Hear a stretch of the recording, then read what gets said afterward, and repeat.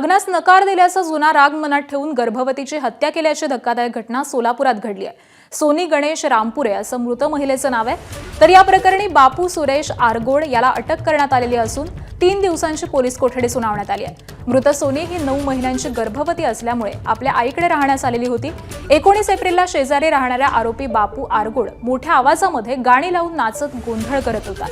Sony गरोदर असल्यामुळे तिला आवाजाचा त्रास होऊ नये यासाठी सोनीची आई बापू आरगोडला घटकलं आणि त्यामुळे बापूचा राग हा अनावर झाला।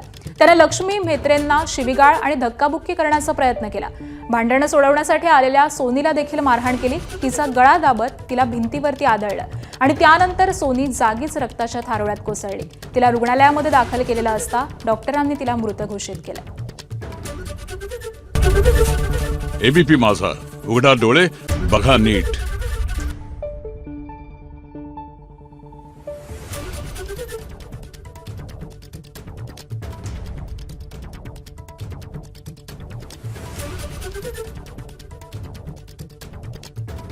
Thank you.